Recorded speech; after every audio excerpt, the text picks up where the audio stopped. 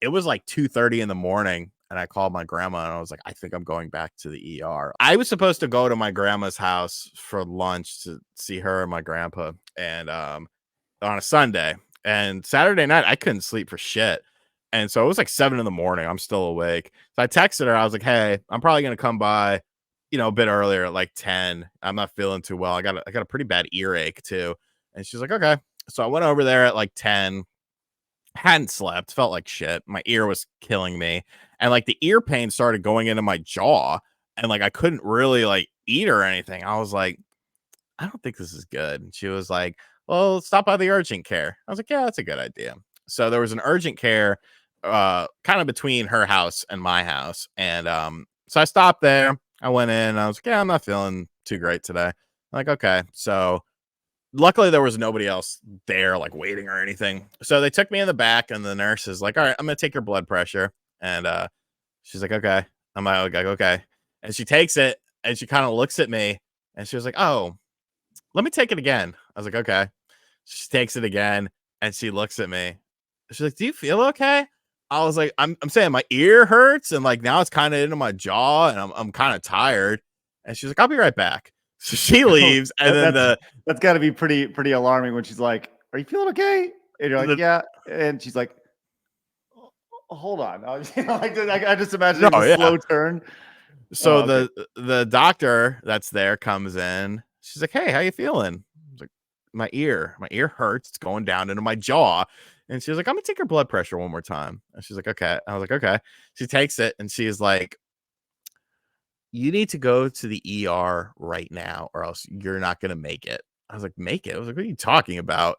And she was like, your blood pressure is 220 over 140 and you're probably about to have a heart attack and you might not make it. And I was like, oh. I was like, well, can I drive? And she was like, no, we can call you an ambulance. I said, no, you will not. I do not have insurance. I'm like, all right, let me make some calls. So I called my grandma's nephew. We call him Uncle. I call my Uncle John because he lives close by. I was like, yo, are you in the area? He's like, yeah, what's up? I was like, I don't know. The ER lady says I'm like dying or something, or the urgent care lady says I'm dying. I need to go to the ER. And he's like, what? I was like, yeah, can you come pick me up? So he comes, he picks me up. We go to the ER, and they were already expecting me there. And so they bring me in, and they're running all these tests and stuff like that. And I'm expecting to go home that night. And no, it wasn't like that. So they ran a bunch of tests trying to figure out, what was going on and why that was happening and trying to get my blood pressure down and my heart rate down. My pulse rate was through the roof. They did EKGs and stuff, and they did a thing. I still have a scar from it where they like inject you with dye into your veins to see if there's like blockages or something. And thankfully there wasn't any blockages, but I had like my heart was at like 20% functioning and you're supposed to be at like 50 or higher. Right. So I was like, oh, and they were like, yeah. And so like the second day I'm like, can I go home? And they're like, no. And I'm like, why? Let me go home. And they're like, no, you can't go home. So on the third day they let me go home. I stayed there 2 nights and I actually had a fucking horrible panic attack that night when I was home. I guess it was just like the stress of everything and thinking about it to the point of where it was like 2:30 in the morning and I called my grandma and I was like, I think I'm going back to the ER. Like I can't shake this feeling. And so she had she called my aunt and uncle because my aunt's like a cardiology nurse at actually the hospital that I was at, which funny story, that hospital that I was at, my mom used to work at. And I remember going to see her when I was a kid. So fucking full circle on that. But they came over and she kind of was just like, well, take your blood pressure medicine, again, because you're very high right now. And my uncle was like, here, I got this edible for you. Just eat this real quick and you'll mellow out. And I was like, okay. So it was tough, man. It was tough because now I have to go to a cardiologist. But like, it was it was bad for like a couple of weeks, and I was still making videos, and people like got pissed about that. But it's like, bro, I gotta work. Like, this actually helps me. This takes my mind off things. But like, I was just so weak. If I got up off the couch, like my head was spinning. Sometimes I would fall down and stuff, and I was just fucking miserable. My mom came up to stay with me for a couple days, just to make sure I was okay. But yeah, it was pretty rough, man. It was a definite wake up call. And the funny thing was, like 2 weeks before that, I'd quit smoking. And then once I quit smoking, it's like my health just went right down the shitter. It's like cigarettes back. I'll deal with that. But I mean, it was just Well, okay. Well, what they say caused it, the blockage. I mean, you're only using 20% of your heart. Was it food? Was it diet? Was it lack of exercise? Was it sedentary lifestyle? What was the whole it diagnosis was on it? I hadn't been to a doctor in like 6 years, and it was just my blood pressure was higher than it should have been, and basically my heart was just fatigued. It was having to work too hard.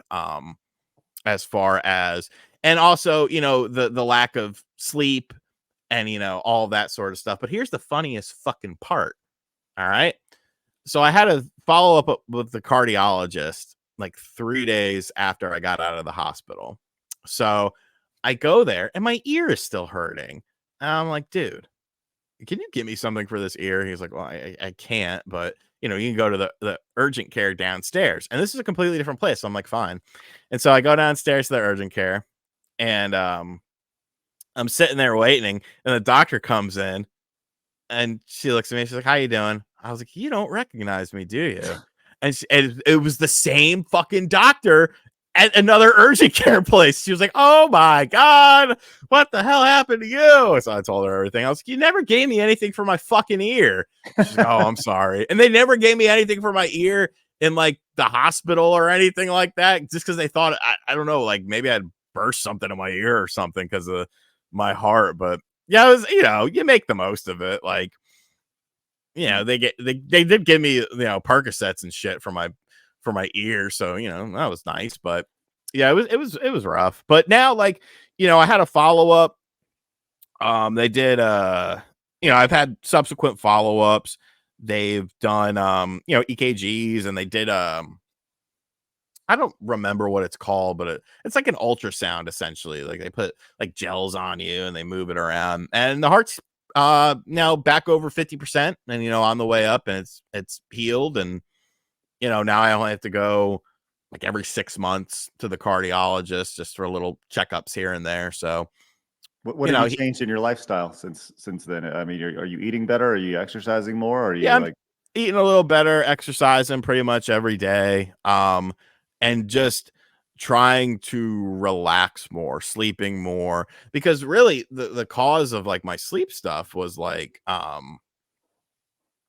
because of the fact that like sometimes at night, like I'd feel my heart like beating out of my chest, and I was just like, oh, I just must be amped up. I never really put two and two together.